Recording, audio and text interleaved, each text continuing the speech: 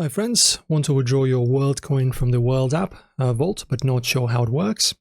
Let us discuss. So launch the Worldcoin World app on your mobile device. Make sure you've completed verification using the orb or you won't have Vault access. Tap on the Vault icon from the dashboard. This is where your World tokens are held. Tap Withdraw or Move to Wallet. Choose how much you want to withdraw. You may need to wait for a 6-month lockup period to end before all Worlds can be moved. Send to your World app wallet or copy your ERC20 wallet address like MetaMask or Binance and paste it into destination field. Be sure that the wallet supports World on the Optimism network. Review the transaction, approve it. Some gas fees that are small may apply. Once done, your tokens should show up in the destination wallet within minutes. Important information and tips for you guys: only withdraw the wallets that support Optimism Layer 2.